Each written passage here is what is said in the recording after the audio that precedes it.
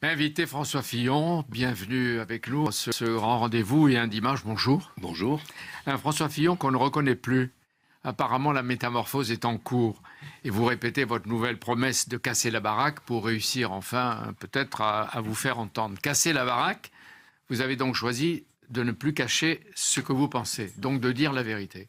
La vérité sur l'état du pays. Mécontent, qui doute, qui craint les réformes, qui défile sans y croire et qui se cherche. Et maintenant, voici la nuit debout qui prend le relais, mais qui agace déjà les jours debout. La vérité sur l'état de la gauche tourne au boulet, elle aussi qui doute de ses chefs, de sa pensée idéologique, ou ce qu'il en reste, et de son avenir, si elle en a un. Et vous direz à Arnaud Lepardier du journal Le Monde et à Michael Darmon d'ITélé la vérité aussi sur l'état de la droite, votre camp, qui, lui, ne doute de rien de sa prochaine victoire avec des 12 candidats à la candidature, avec autant de programmes qui complètent ou contredisent le projet de leur propre parti, les Républicains. Le monde change plus vite qu'on le croit. François Fillon change aussi. De quelle manière? On va le voir au cours du grand rendez-vous avec la première question de Michael Darmon. Alors, François Fillon, vous dites « je viens casser la baraque ». Est-ce que le nom de la baraque, c'est Nicolas Sarkozy? D'abord, j'ai dit que j'allais sérieusement casser la baraque pour la reconstruire. Et je voulais, de cette manière, résumer le projet qui est le mien et la différence que j'ai avec les autres candidats à cette élection présidentielle. Donc maçon, mais d'abord casseur. C'est-à-dire que moi, je ne veux ni la restauration, ni une solution consensuelle aux problèmes qui sont ceux de notre pays. Je pense qu'il faut aujourd'hui changer profondément notre organisation économique et sociale. En cela, d'ailleurs, je ne change pas, Jean-Pierre Elkabbach, puisque je répète cela de manière inlassable depuis 4 ans. Et je pense que c'est la seule façon de redonner aux Français un espoir et donc de résoudre toutes les difficultés qui ont été évoquées à l'instant par Jean-Pierre Elkabbach. Est-ce que la baraque, c'est Nicolas Sarkozy? Non, la baraque, c'est l'organisation économique et sociale de notre pays qui a besoin d'être changée. Non, mais alors, attendez, pour être plus précis, pourquoi vous dites hier dans Le Monde, Nicolas Sarkozy, il sera difficile, vous ne mettez même pas, c'est pour ça que j'ai hésité, vous ne mettez même pas au conditionnel, il lui sera difficile de se présenter. Qu'est-ce qui vous autorise à le dire? Qu'est-ce que vous avez... C'est une évidence que chacun peut constater en sortant devant chez lui, en interrogeant les Français sur le trottoir.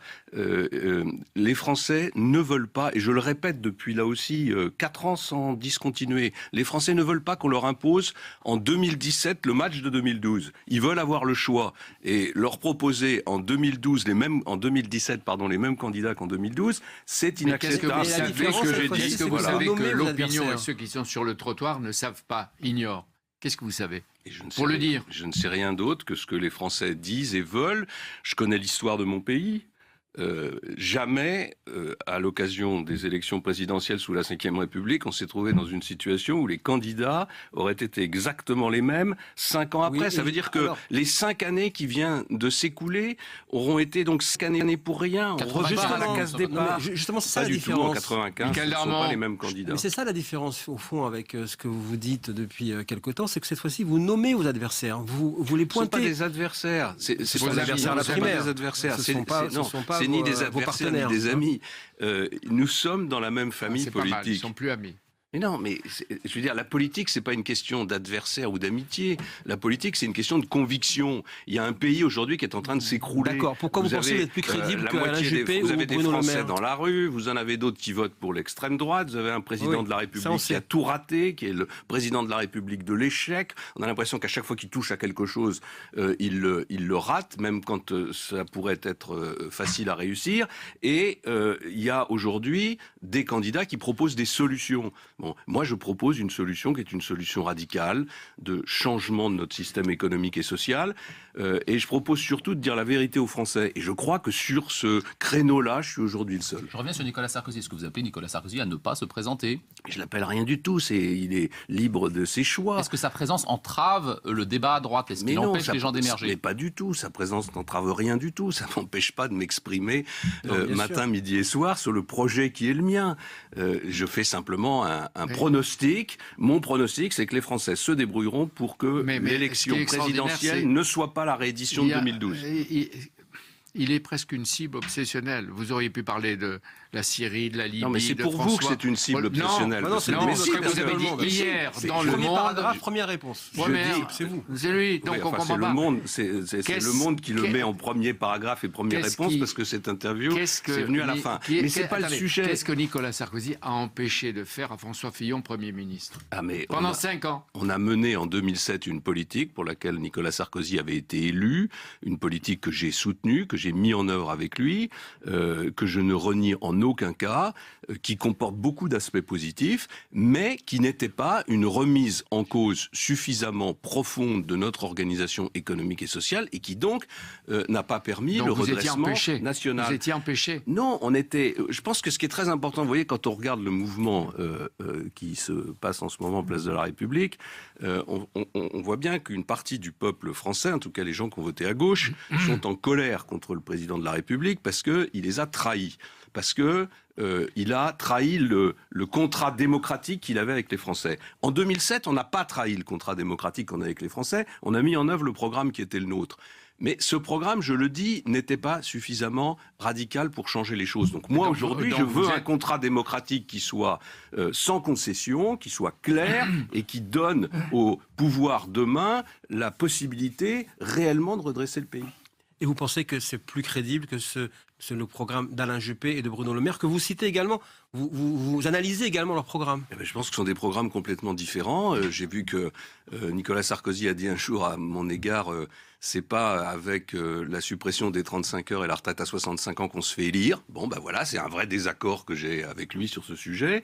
Alain Juppé propose un programme qui est très consensuel, et je comprends les raisons qui le conduisent à proposer ce programme, mais je pense que c'est pas une réponse aux difficultés de notre pays. Quant à Bruno Le Maire, il a dit il y a quelques semaines que j'étais thatchérien, comme si c'était une sorte d'insulte dans sa bouche. Pour moi, c'est pas une insulte que d'être comparé à une personne qui a réussi à redresser son pays.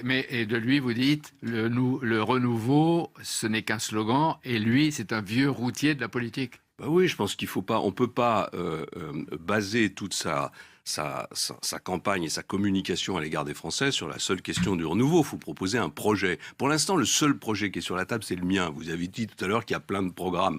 Je les vois pas, le honnêtement. Programme je les vois pas. Des Républicains, ça ne vous concerne pas? Si, c'est un programme très général. C'est un programme qui ne rentre pas dans le détail des choses. C'est pas un programme de gouvernement. Moi, ce que je bâtis depuis 4 ans, pas depuis 2 mois, je bâtis un programme de gouvernement. C'est-à-dire que ce programme, non seulement il a été élaboré avec la société civile, avec des professionnels, avec des citoyens, avec des Français. C'est vraiment un programme qui est le fruit d'un travail en profondeur, mais c'est surtout un programme précis. C'est-à-dire que quasiment de ce programme, on peut déduire dès maintenant les projets de loi qui seront présentés au Parlement pour réformer notre pays. Comment vous expliquez qu'il ne soit pas entendu alors ? Oh, mais ça, c'est vous qui le dites. Non, pour l'instant, je pose la question. Oui, non, mais vous devriez être très, très modeste sur ces questions. Je suis très modeste, je pose la question. En gros, à chaque fois qu'il y a une élection présidentielle, vous vous trompez sur les candidats qui vont l'entendre. Vous dites que le programme n'est pas entendu. Je vais vous retourner la question. La question, vous ne l'aimez pas, mais c'est une question. Est-ce que vous pourriez parler du programme avant de parler de la relation entre François Fillon et Nicolas Sarkozy? Est-ce que vous pourriez faire des sondages? Il dit qu'il n'est pas candidat. Non, mais c'est par là que vous avez commencé l'émission.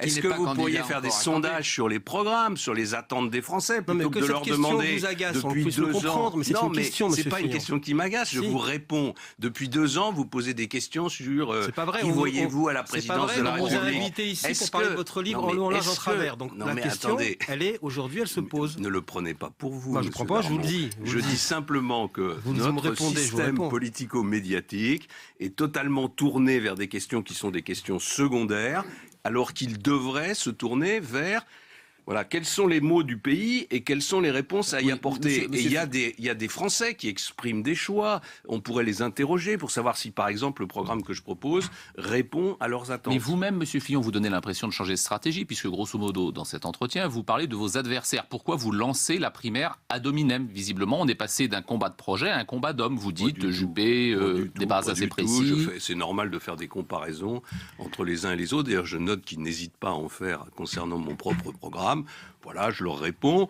Et puis, la primaire, elle est lancée. Il ne faut pas non plus raconter l'histoire. C'est pas parce que Nicolas Sarkozy n'a pas encore annoncé sa candidature que la primaire n'est pas lancée. Il sera candidat, vous n'en doutez pas. Je n'en sais rien. Je dis simplement que tout il vaut mieux qu'il soit pas candidat. Tout est fait aujourd'hui pour qu'il soit candidat. Et donc, il y a une primaire qui a lieu dans 6 mois et il n'est pas, à mon sens, anormal, surtout dans une situation de vide du pouvoir, comme c'est le cas aujourd'hui, que les Français commencent à voir quels sont les hommes, les femmes, Dernière les question programmes. sur ce thème-là.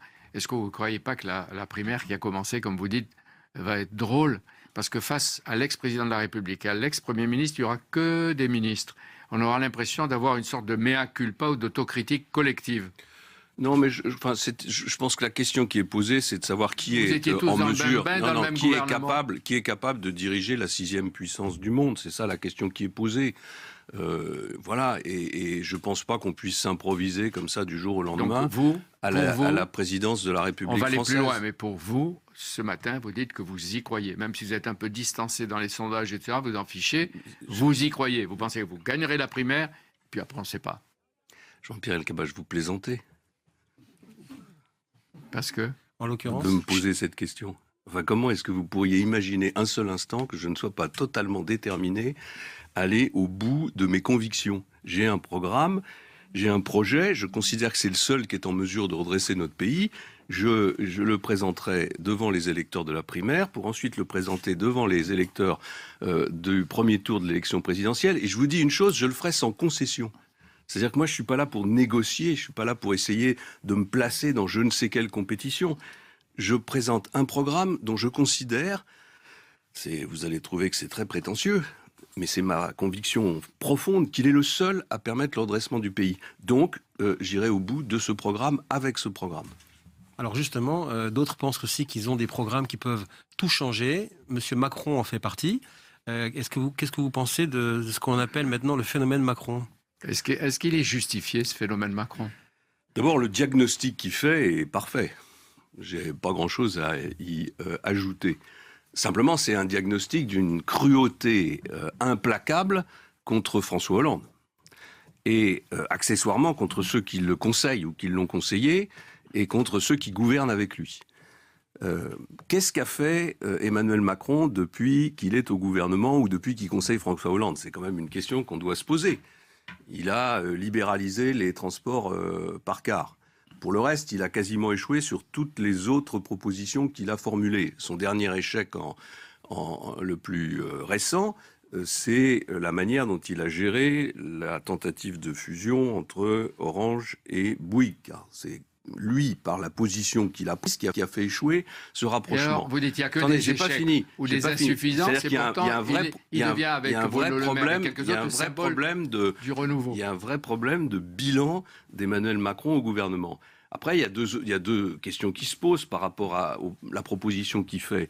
Est-ce que c'est une nouvelle recette de la sauce hollandaise ou est-ce que c'est un plat autonome, nouveau? Est-ce que c'est Monsieur Macron? Je n'en sais rien. C'est à lui de trancher cette question, c'est à lui de clarifier la situation. Il faut qu'il fasse, de mon avis, de mon point de vue, avec un peu moins de marketing, parce que pour l'instant, ça fait quand même très produit marketing. Le clip avec les banques d'images, on va me dire que c'est du détail, mais enfin, il y a quand même un problème d'authenticité du message d'Emmanuel Macron.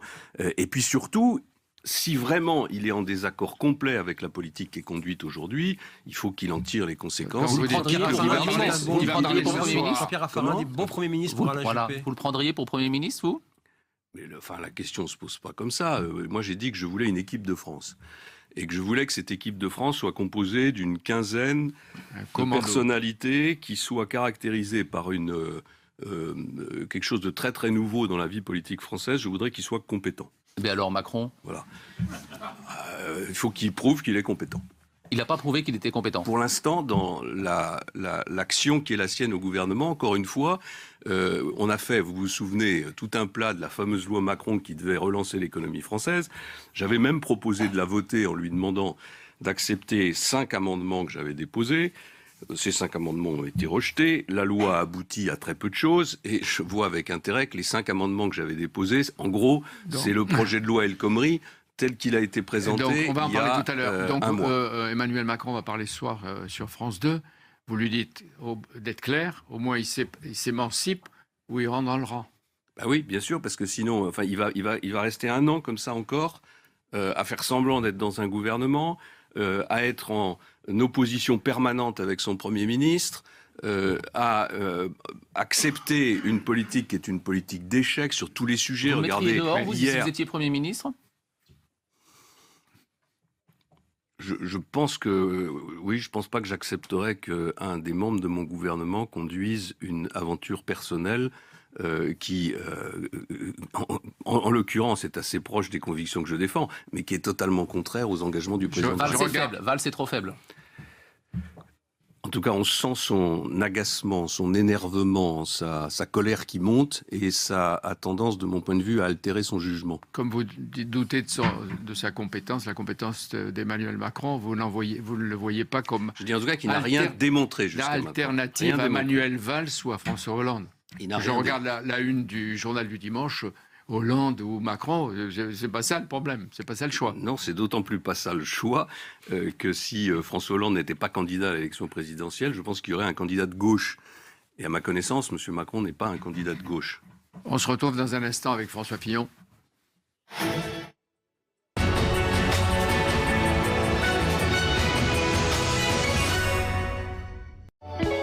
En ce moment chez McDonald's, venez découvrir le nouveau Grand Premium Poulet avec son filet entier de poulet.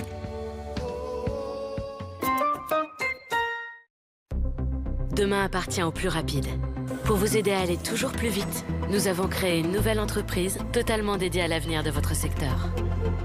Où les hommes, la technologie et les idées font avancer le monde ensemble. Accélérer l'innovation, accélérer le changement, accélérer l'avenir. Hewlett-Packard Enterprise.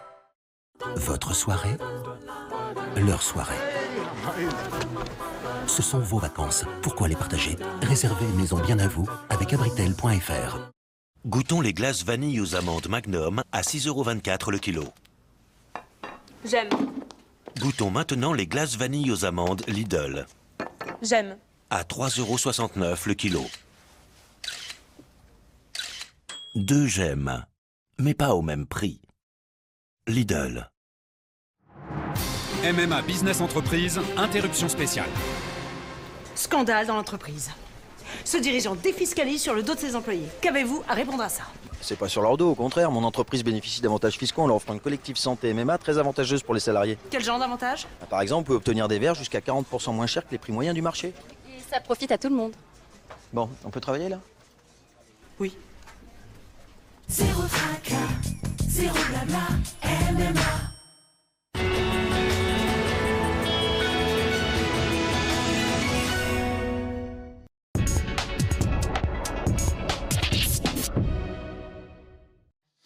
Invité François Fillon.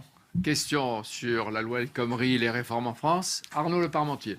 Monsieur Fillon, les difficultés de la loi El Khomri qui réforme un peu le Code du travail, est-ce que ne montre pas que le choc libéral que vous prônez est voué à aller dans le mur? Non, elle montre une seule chose, c'est que le gouvernement s'y est pris comme un manche. D'abord, François Hollande n'a pas été élu pour mener cette politique. Et moi, je considère, c'est ce que je vous ai dit tout à l'heure pour 2007 et le bilan qui est celui de Nicolas Sarkozy et le mien, il doit y avoir un contrat démocratique. En 2012, François Hollande s'est fait élire sur un programme de gauche, en expliquant que son ennemi, c'était la finance, et en mettant une taxe à 75% sur les plus riches. Aujourd'hui, il arrive avec Macron et Valls pour nous expliquer qu'il faut une politique libérale en matière de droit du travail. Il a raison, mais c'est trop tard. Et il n'a pas de majorité pour le faire. Donc ça n'est pas anormal dans ces conditions. Vous lui reprochez de s'adapter. Peut-être qu'il a découvert des réalités. Je lui reproche Est-ce qu'un candidat est paralysé ou figé ou prisonnier des promesses qu'il a faites? Est-ce qu'il ne peut pas les renouveler en cours de route parce qu'il découvre que le monde est différent? À ce moment-là, il faut retourner devant le peuple, Jean-Pierre Cavachia. On ne change pas radicalement de programme au milieu d'un mandat sans trouver une façon d'être soutenu par le peuple français. Ça ne fonctionne pas. D'ailleurs, on le voit bien, ça ne marche pas. J'ajoute que ce pouvoir est tellement faible qu'il appelle la contestation. Quand un pouvoir est faible, quand un pouvoir est inexistant, évidemment, tous les groupes de pression descendent dans la rue et se mettent en œuvre. Voilà. Il n'y a pas de majorité. Si la question que vous posez, c'est est-ce que la majorité des Français est hostile au changement proposé, par exemple, en matière de droit du travail, je vous réponds non. La majorité des Français n'y est pas hostile. C'est pas ce qu'a donné quand même tous les comment ça s'est enflammé sur les réseaux sociaux, les sondages, la grande peur des Français. Vous êtes toujours concentré sur des sujets, les réseaux sociaux, les gens qui manifestent, les gens qui se font entendre. C'est quoi? C'est combien de personnes? Il y a 60 millions de Français. Il y a 1 million ou 2 millions de personnes qui sont contre la loi El Khomri. Il y a un moment où il faut que la démocratie s'applique, que les Français puissent se faire entendre, que le pouvoir ait de l'autorité, que la moindre manifestation dans les rues de nos villes ne fasse pas reculer le pouvoir. C'est la rue qui dirige, selon vous. Selon vous, c'est la rue qui dirige. Bien sûr, aujourd'hui, le pouvoir il est à ramasser. François Hollande échoue sur tous les sujets. Hier ou avant-hier, il nous a fait une conférence de presse ou un discours sur le logement. Il a commencé à nous vanter les réussites de la politique du logement du gouvernement. Il avait promis 500 000 logements par an quand il était candidat. En 2014, il y en a eu moins de 300 000. C'est un record historique dans le mauvais sens du terme. Avec un peu de chance, à la fin du quinquennat, on va revenir à peine au niveau de construction de logements de 2012. Et c'est comme ça sur tous les sujets. Cette loi donc, sur la réforme du Code du travail va certainement être votée. Est-ce que vous l'abrogez si vous revenez au pouvoir? C'est vrai qu'il n'y a plus rien dedans. Quasiment, il n'y a plus rien dedans. Donc il y avait une colonne assouplissement de la vie des entreprises, et puis il y avait une colonne compensation pour les salariés. Est-ce que vous l'abrogez? Il n'y a plus que la colonne compensation pour les salariés. Il y a encore un petit quelque chose sur l'assouplissement sur les conditions de licenciement, notamment dans les entreprises qui rencontrent des difficultés ou qui ont besoin de s'adapter. Donc c'est plutôt quelque chose qui va dans le bon sens. Mais il y a tellement de contreparties qui vont peser sur la vie de l'entreprise qu'il faudra évidemment changer tout ça. Qu'est-ce qui manque à cette loi pour qu'elle soit acceptable? Qu'est-ce qu'il faudrait lui ajouter? Et si c'est aussi simple, pour quelle raison vous ne l'avez pas fait vous-même? D'abord, on a fait beaucoup de choses, contrairement à ce qu'on raconte. Par exemple, on a mis en place un dispositif pour permettre aux salariés et aux entreprises de se séparer à l'amiable, qui n'existait pas dans le passé.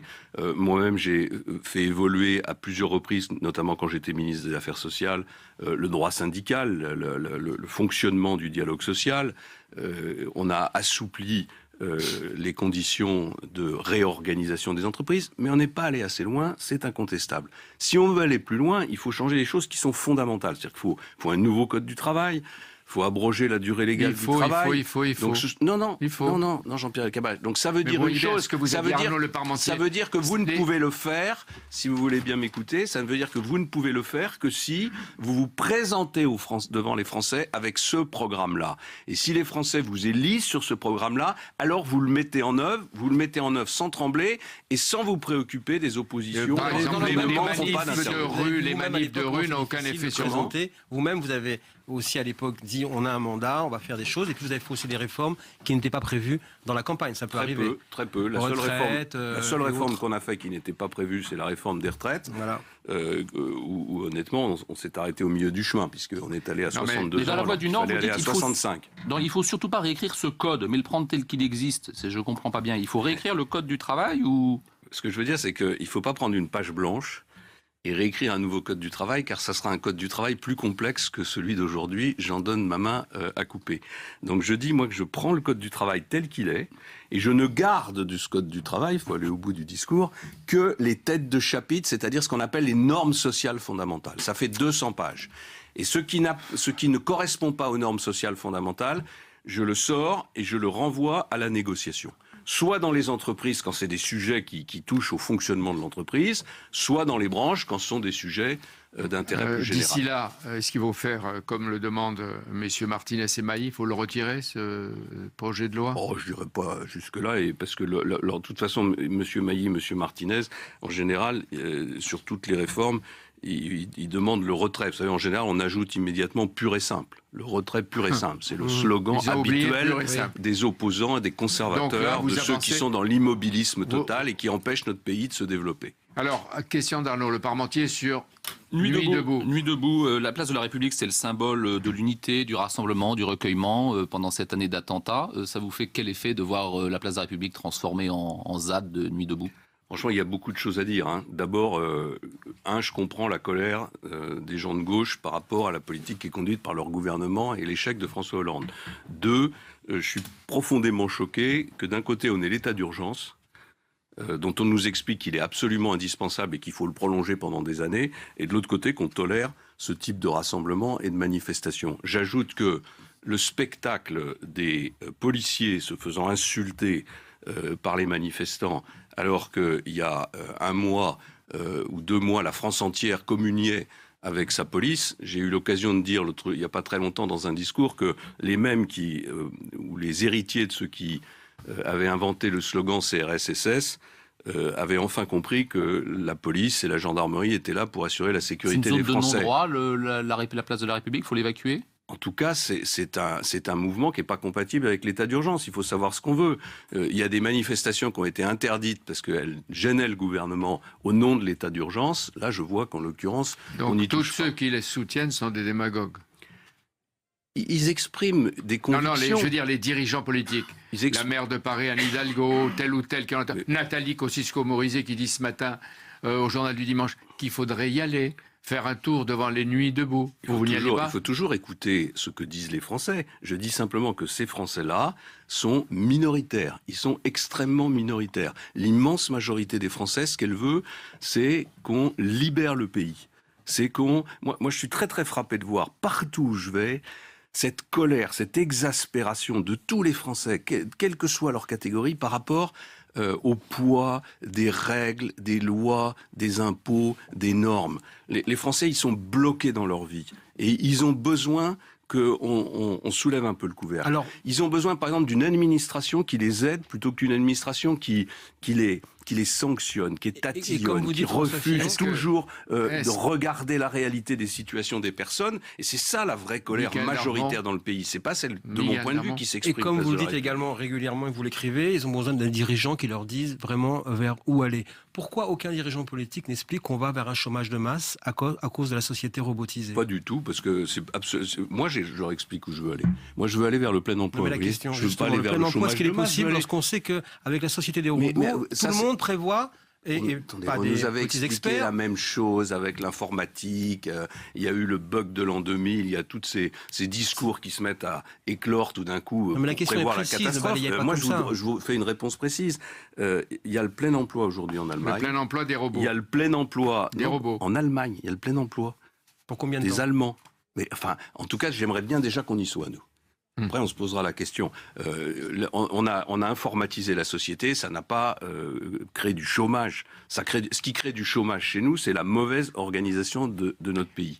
Et c'est la rigidité de nos règles. Est-ce que la numérisation, je reprends la question de Mickaël, est-ce que la numérisation de toute l'économie ne va pas conduire à la disparition des cols blancs, donc à avoir Elle va changer l'organisation de la société. Par exemple, elle va changer les relations au travail. Et c'est la raison pour laquelle je propose dans mon projet, et je vais le présenter mardi prochain, un statut pour les travailleurs indépendants, c'est-à-dire pour les hommes et les femmes qui vont se mettre à leur compte dans le cadre de cette société numérique et qui vont louer leurs services à des entreprises ou à des particuliers. C'est d'ailleurs, d'une certaine façon, ce que mon gouvernement avait commencé à faire avec l'auto-entrepreneur. Vous avez dit tout à l'heure... Je suis très fier parce que je pense que c'est la première brèche que nous avons introduite dans le vieux système d'organisation des relations du travail. Monsieur le Premier ministre ou monsieur le candidat à la présidence de la République, qui va aller jusqu'au bout, tout à l'heure, que vous ne compreniez pas comment il pouvait y avoir à la fois l'état d'urgence et ces manifestations de nuit, et peut-être qu'il fallait évacuer la place.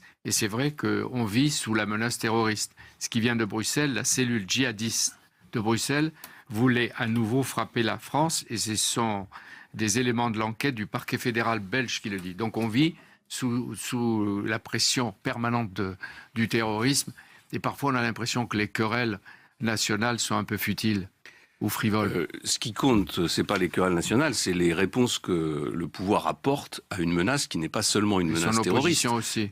En réalité, on est en face d'un scénario de guerre quasi mondiale, en tout cas de crise mondiale. Je vous rappelle qu'aujourd'hui, le Pakistan est d'une fragilité extrême, l'Afghanistan est sur le point de retourner entre les mains des talibans, l'Irak est en situation de chaos, la Syrie, le Yémen, la Libye, la Jordanie tient qu'à un fil, le Liban est d'une fragilité extrême, et maintenant ce que j'appelle moi le totalitarisme islamique descend à travers le Sahel et l'Afrique.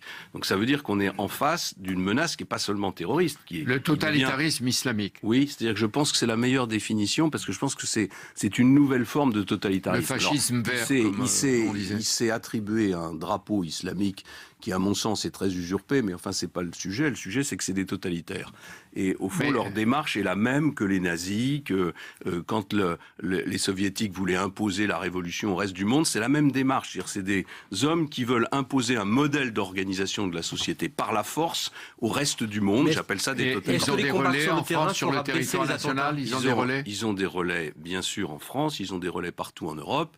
Ils mènent une guerre qui n'est pas principalement contre l'Europe, qui est d'abord menée contre les pays que je viens de citer, parce qu'ils veulent déstabiliser ces pays pour s'en emparer, et tout simplement pour installer ce qu'ils appellent leur califat. C'est une lutte pour le pouvoir. Ils nous attaquent de manière, j'allais dire, secondaire, parce que ce qu'ils veulent, c'est nous décourager de soutenir les régimes contre lesquels ils s'opposent. Donc vous dites, comme Manuel Valls, qu'il y a une minorité salafiste en train de gagner la bataille idéologique et culturelle de l'islam en France, et aux salafistes, il faut peut-être même ajouter les frères musulmans. Il faut interdire dans notre pays tous les mouvements qui ne condamnent pas ce totalitarisme islamique. Et si les frères musulmans ne condamnent pas avec la plus extrême clarté ce terrorisme et ce projet de califat, ils doivent être interdits sur notre territoire. Comment ? Vous partagez le diagnostic de Manuel Valls ? Oui, simplement je voudrais qu'il en tire des conséquences maintenant. Parce que quand il dit que le salafisme est en train de gagner... des mosquées avec Bernard Cazeneuve. Il faut en fermer beaucoup plus que ce qu'il ne fait aujourd'hui. C'est d'ailleurs ce que réclament beaucoup de musulmans. L'imam d'Al-Fortville avait dit au moment des attentats, il faut nettoyer les mosquées salafistes. C'est pas moi qui utilise ce mot, c'est l'imam d'Al-Fortville. Vous le répétez, vous l'appropriez aussi. Je le soutiens, et je pense que maintenant il faut le faire avec la plus extrême énergie. De la même façon qu'il faut expulser tous les prêcheurs de haine quand ils sont étrangers et sanctionner ceux qui sont de nationalité française, parce que c'est un combat, c'est un combat vital maintenant. Voilà, c'est un combat pour notre civilisation, pour la souveraineté de notre pays et du continent européen. On a parlé effectivement de la situation géopolitique. On ne sait pas si effectivement gagner sur le terrain fait reculer les attentats. Il y a une inquiétude vis-à-vis d'écoles musulmanes hors contrat, mais les djihadistes convertis aussi, ou les djihadistes en France, sont sortis de l'école de la République. Est-ce que c'est pas là le problème plutôt ? D'abord, la source de ce mal, elle s'appelle aujourd'hui l'État islamique. Et tant qu'on n'aura pas mis en œuvre une stratégie efficace pour éliminer l'État islamique, tout le reste, c'est de la littérature. Et c'est une des raisons pour lesquelles, moi j'en ai un peu assez d'avoir toujours raison trop tôt. J'avais parlé de faillite... je persiste et je signe. J'avais dit il y a 4 ans à M. Hollande qu'il fallait s'allier avec la Russie pour résoudre la question syrienne. On ne l'a pas fait. On n'a pas résolu la question syrienne. Maintenant, on a l'État islamique. L'État islamique, il gagne du terrain. Il met les pieds... la Libye que vous leur avez laissé sur le dos, entre les mains. Il met les pieds en Libye. L'État islamique, il faut tirer les conséquences des échecs de la politique occidentale, que ça soit en Irak ou que ça soit en Libye. Ça, c'est une autocritique sur la Libye. C'est un échec la Libye, de la politique occidentale en général. C'est un échec de la politique occidentale en général. Et il était soutenu, l'intervention en Libye, par M. Hollande et par tous les autres. Donc franchement... tous dans le même sac. Non, c'est pas tous dans le même sac. Qu'est-ce que c'est que dans la vie, il arrive qu'on commette des erreurs. Et les gouvernements en commettent. Ce qui est impardonnable, c'est de ne pas en tirer des conséquences. Moi, je tire des conséquences de ce qui s'est passé en Irak, de ce qui se passe en Syrie aujourd'hui et de ce qui s'est passé en Libye.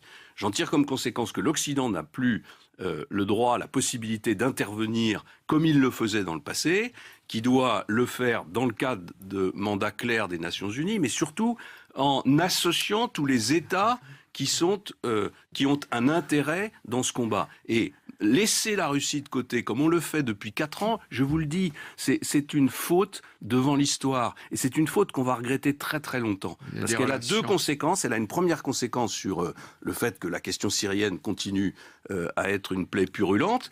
Et elle a une deuxième conséquence, c'est qu'on est en train de rejeter le plus grand pays du monde en termes de superficie, qui est sur le continent européen, on le rejette et on se prépare à des années et des années difficiles avec la Russie. Il y a eu des discussions avec aussi bien Obama que Poutine. On marque la fin de cette partie avant d'entamer la 3e et dernière partie.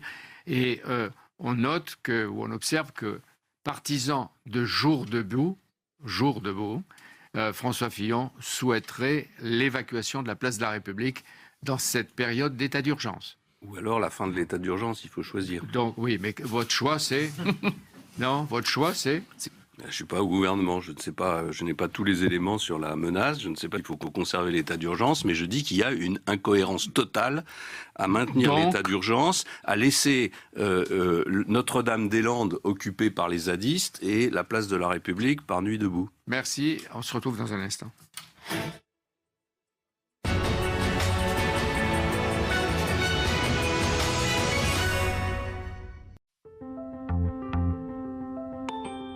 Chez EOVMCD Mutuelle, vous n'êtes pas un numéro. Voici Juliette. Fleuriste indépendante, nous l'avons aidée à choisir les garanties santé dont elle avait vraiment besoin, en fonction de son activité et de sa situation. EOVMCD Mutuelle, se comprendre mutuellement. I'm still waiting, but I keep on dreaming. I'm still standing, but I'm sick of waiting. Sometimes you seem to be right there, sometimes you're there. Crossover Peugeot 3008 avec moteur PureTech et Blue HDI. Et en ce moment, bénéficiez d'une reprise Argus plus 5 500 €.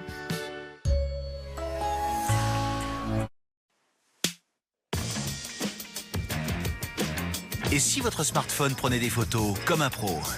Tiens, comme celle-là, et même avec peu de lumière, grillée. Et s'il pouvait augmenter sa mémoire pour stocker toutes vos photos? Donc toi, t'as plus d'abonnés que moi. Et si vos souvenirs étaient plus spectaculaires? Waouh, un aigle! Et s'il pouvait faire tout ça tout en restant aussi beau? Je parle pas de toi, mec, désolé.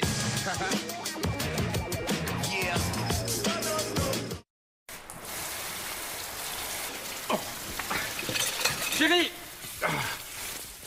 Ouais, j'appelle la banque. Oh, c'est pas le moment, là. T'as qu'à plus ta mère pendant que t'y es. Hello Bank fait aussi de l'assurance. Oui, c'est ça. Avec Hello Bank, disposez de toute la gamme de produits et services d'une grande banque dans votre mobile et bénéficiez de la carte Visa gratuite à vie, plus 80 € offerts. Hello Bank, mobile, comme vous. Vous cherchez un vol moins cher? Kayak parcourt des centaines de sites et vous aide à trouver la meilleure offre. Économisez dès maintenant avec kayak.fr.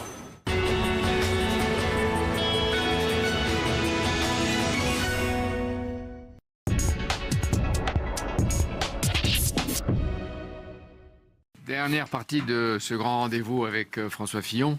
La France vient de décider d'interdire ou d'inscrire Panama sur la liste des paradis fiscaux. Est-ce qu'elle a raison de le faire ? Oui, à l'évidence, puisque Panama ne respecte pas les règles qui ont été édictées après la crise financière pour assurer la transparence de la circulation des capitaux. Pourquoi vous aviez sorti à l'époque Panama des paradis Parce que Panama faisait partie avec d'autres pays de ceux qui s'étaient engagés à respecter ces règles. Je rappelle que la France a inscrit avec 11 autres pays de l'OCDE Panama sur la liste des pays qui avaient choisi de rentrer dans le rang, au fond, et d'accepter les règles de la communauté internationale. Il y en a d'ailleurs beaucoup qui l'ont fait. Il y a des changements absolument radicaux qui se sont produits dans le monde. La Suisse en est évidemment le meilleur exemple. Et je rappelle que si Panama avait de façon claire trahi ses engagements, on peut se poser la question de savoir pourquoi il a fallu attendre cette semaine pour que le gouvernement... À votre avis, est-ce que cette enquête est crédible pour vous ? Il y a incontestablement des faits qui ont été rendus publics par cette enquête. Et moi, ma conviction, c'est que la fraude fiscale, c'est une atteinte au contrat démocratique. Le contrat démocratique suppose le consentement à l'impôt. la fraude fiscale ruine ce contrat démocratique, donc elle doit être combattue avec la plus grande énergie. Et c'est un combat éternel, c'est-à-dire qu'il y aura toujours des fraudeurs, comme il y aura toujours des délinquants, et donc la société doit s'organiser en permanence pour faire face à cette. Mais qui est derrière aujourd'hui? Attendez, qui est derrière l'enquête à votre avis? D'abord, c'est bien que les journalistes. Il y a deux questions qui se posent à travers qui inspire, qui tire les ficelles et qui en profite. La première question qui est posée, c'est jusqu'où on peut aller dans le vol d'informations. Là, en l'occurrence, il s'agit de personnes qui fraudent le fisc, donc je dirais il y a un aspect moral à cette dénonciation, mais enfin demain, ça sera quoi? Ça sera des données sur personnel, sur la vie privée, sur la santé. Donc il y a une réflexion collective à avoir sur ce qu'on appelle les lanceurs d'alerte. C'est pas un sujet aussi facile et aussi simple qu'on voudrait bien le dire. La deuxième chose, c'est qu'il serait utile de savoir quelle est l'origine de ces informations. Est-ce qu'il y a derrière ces informations d'autres États? Est-ce qu'il y a une volonté de montrer la fraude fiscale dans certaines parties du monde et pas dans d'autres? Est-ce qu'il n'y a pas un Américain? C'est suspect pour vous? J'ai constaté, comme tout le monde, mais je ne suis pas un expert et je n'ai pas d'informations particulières, qu'il n'y avait pas beaucoup d'Américains. C'est peut-être que le fisc était très combatif. Obama en a vraiment fait un vrai combat. On m'a expliqué que les Américains ne fraudaient plus. Très bien, je veux bien en accepter l'augure, j'en doute un peu. Mais si vous posez la question, qu'il faut les protéger, les lanceurs soupçons d'alerte. Justement. Je pense qu'il faut réglementer tout ça et qu'on ne peut pas accepter que, quel que soit l'objectif, le vol d'informations devienne un acte de bravoure et de courage. Parce que c'est la vie privée de chacun qui, à terme, est mis en cause. Là, en l'occurrence, ce sont des indications qui permettent de lutter contre la fraude fiscale. Donc, encore une fois, c'est un combat qui est un combat essentiel pour la démocratie. Enfin, il y a des limites. Jusqu'où on va aller dans le dévoilement de données privées. On revient à vous. Vous avez souvent répété, François Fillon, que, je vous cite, 2017 est la grande bataille de votre vie et que vous vous battez pour la victoire. Et si vous perdez, vous avez ajouté « j'arrête la politique ». Est-ce que c'est toujours d'actualité? Bon, je pense que je me suis mal exprimé, que j'ai été mal compris. Ou les deux à la fois. Jean-Pierre Elkabbach. Ce que j'ai voulu dire, et ce que je veux dire... Vous avez dit une bêtise. Quoi. Non, ce que je veux dire, c'est que je me bats pas pour le pouvoir. Je me bats pas pour occuper une place. Je me bats pas pour les honneurs. Je me bats pour mettre en œuvre un projet de redressement national parce que j'ai la conviction qu'aujourd'hui, au moment où on parle, il n'y a personne d'autre qui propose un projet de redressement national. Donc, si vous perdez, vous n'arrêtez pas la politique, c'est ça? J'ai consacré toute ma vie à l'action publique, c'est-à-dire au service de mon pays, et j'ai pas l'intention, évidemment, je trouverai toujours une manière de le servir. Vous soutiendrez le gagnant de la primaire? Attendez, je note une chose vous me demandez pas à Alain Juppé si, en cas d'échec, il retournera à la mairie de Bordeaux. Vous ne demandez pas à François Hollande si, en cas d'échec, il retournera à la présidence du conseil départemental de la Corrèze.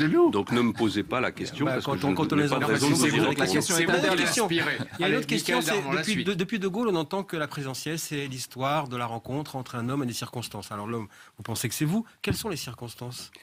D'abord, je pense qu'il faut que la France s'adapte au monde d'aujourd'hui, et si possible au monde de demain, et qu'elle ne reste pas dans le monde d'hier.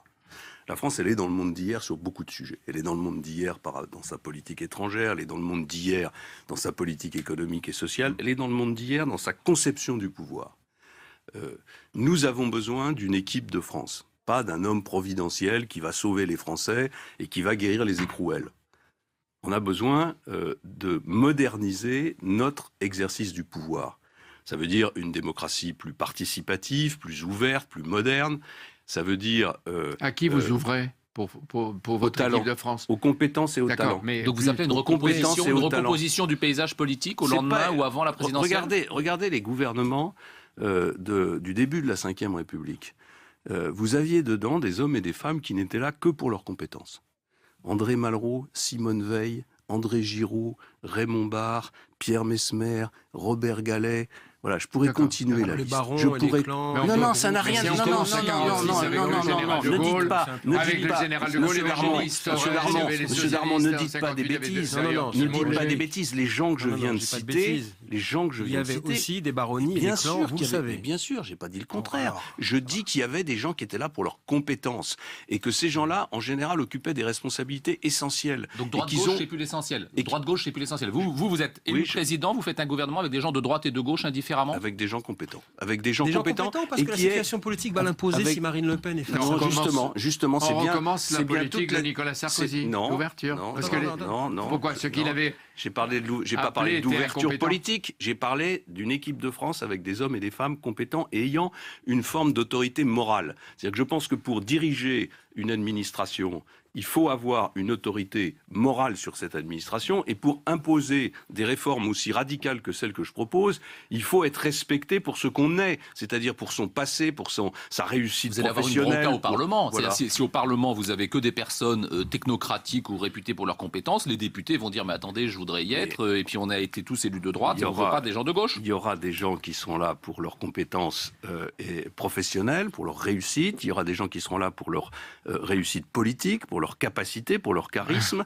Et c'est bien ce qui différencie mon projet des autres, c'est que moi je ne dis pas j'ai un projet pour la primaire, puis entre les 2 tours de la primaire, je vais le modifier pour faire plaisir à un tel, puis ensuite au premier tour de l'élection présidentielle, je vais en proposer un 3e, pour finir avec un 4e dans le match final. Vous aurez des gens compétents et que ça changera de l'époque où vous étiez Premier ministre à Nicolas Sarkozy, où vous aviez des incompétents. Ça changera d'abord de l'époque des incompétents. Ça changera surtout de l'époque dans laquelle nous sommes. Vous avez 35 ou 36 ministres, dont la plupart sont totalement inconnus, qui n'ont aucun pouvoir réel, qui n'ont aucune autorité. Le nombre de personnalités dans le gouvernement actuel dont on peut dire que sont des personnes qui ont cette autorité morale, il est extrêmement faible. Je reconnais que dans le passé, et ça dure au fond depuis maintenant une 20aine ou une 30aine d'années, il y a eu une espèce de dérive. On est passé de poids lourd de la politique et de compétences à un système dans lequel on fait du casting, c'est-à-dire qu'on veut pas un gouvernement qui dirige, on veut un gouvernement qui représente. Mais ça, c'est le rôle de Parlement de représenter. Xavier Bertrand et Christian Estrosi sont devenus présidents de région grâce aux électeurs socialistes et grâce à une stratégie qui était opposée au Nini, la stratégie du parti. Est-ce que c'est ça la bonne stratégie pour ce qui vient ? C'est la bonne stratégie quand on est dans cette situation. C'est pour ça que j'ai jamais été très à l'aise avec cette affaire de Nini, parce que il faut regarder les circonstances politiques. Et quand Jacques Chirac s'est trouvé seul face à Jean-Marie Le Pen, il n'y a pas eu d'hésitation. Tous les Républicains se sont portés sur Jacques Chirac, comme tous les Républicains se sont portés sur Xavier Bertrand ou sur Christian Estrosi. Vous faites partie de ceux qui pensent que Marine Le Pen sera au second tour ? D'abord, je l'espère pas. Parce que je pense que le Front National représente un énorme danger pour notre pays et pour plus que pour notre pays d'ailleurs, parce que cette montée du populisme, cette montée de l'extrême droite dans plusieurs pays européens, c'est en fait le début de la fissuration du projet européen. Donc c'est un vrai danger pour la civilisation européenne, à un moment où elle a des défis terribles à relever. Donc je n'espère que Mme Le Pen ne sera pas au 2e tour de l'élection présidentielle. Si celui que vous avez appelé le vieux routier de la politique, Bruno Le Maire, gagne la primaire, si Alain Juppé gagne la primaire, si Nicolas Sarkozy gagne la primaire, est-ce que vous travaillez avec eux et vous les faites gagner si vous pouvez ? Et Paris est en bouteille, c'est ça ? Non, ça peut être de la science-fiction, comme vous. C'est une question sur l'unité. Ça peut être aussi de la science-fiction. Pourquoi est-ce que je me suis battu pour qu'il y ait une primaire ? Je me suis battu pour qu'il y ait une primaire parce que nous sommes dans une situation aujourd'hui où le Front National risque, je ne le souhaite pas, mais risque d'être au second tour de l'élection présidentielle. Et donc la primaire, qui dans la Ve République est le premier tour de l'élection présidentielle, ne fonctionne pas, puisqu'elle conduirait à l'élimination de la droite et du centre. Donc évidemment, si je suis candidat à cette primaire, c'est pour en respecter toutes les règles.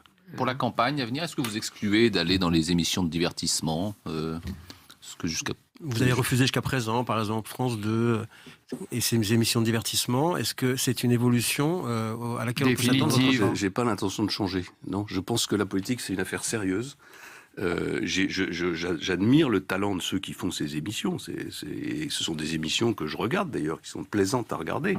Je considère simplement que la place celui ou de celle qui veut diriger la 6e puissance du monde, c'est pas d'aller servir de faire-valoir dans des émissions qui sont conçues pour cela. Merci d'être venu, François Fillon. C'est moi qui vous remercie. À la prochaine, puisque vous ne choisissez pas les émissions de divertissement, mais les émissions sérieuses, comme Le Grand Rendez-vous. Merci. Merci.